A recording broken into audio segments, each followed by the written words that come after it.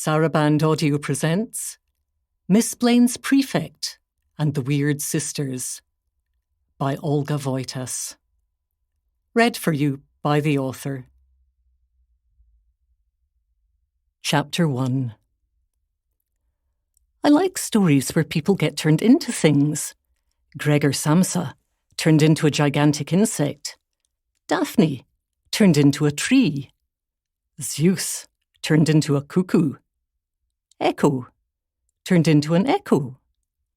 You're immediately intrigued, imagining what it must be like to find yourself transformed, reading on to find out what happens. That's because it's a story. I can tell you it's a lot less intriguing and a lot more alarming when it actually happens to you. A moment before, I had been Shona McMonagall, former pupil of the Marcia Blaine School for Girls in Edinburgh, proudly getting on with my time-travelling mission arranged by Miss Blaine herself. It's true there had been some confusion about my identity, thanks to 11th century Gaelic, but that's not relevant right now. The point is that I was here, all 5'6" of me, maybe slightly heavier than expected for my height, but it's mainly muscle since I work out a lot. Being 50-something is no excuse to take it easy. So there I was, me, Shona, and the next moment I was still me, Shona, except I was now a mouse. Mice are small and vulnerable. A huge owl was wheeling round in the night sky and heading straight towards me. It was moving fast, and I was in open country. There was no chance of outrunning it.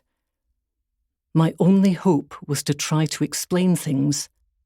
As a human, I have a good rapport with dogs and wolves, but that's a very different dynamic.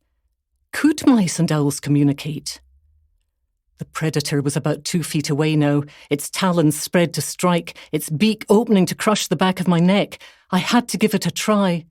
"Don't eat me," I squeaked. "I'm not a mouse. I'm a librarian." The owl skidded to a halt and eyeballed me before demanding, "What's a librarian when it's at home?" I drew myself up to my full 3 inches. Librarianship is a vocation. I am a librarian whether I'm at home, in Morningside Library, at the gym, or here. "That's all very well," said the owl, "but I don't see why it should stop me eating you." "Because I do an extremely important job," I said. It looked sceptical. I realised it was going to be difficult to explain the importance of reading to an owl.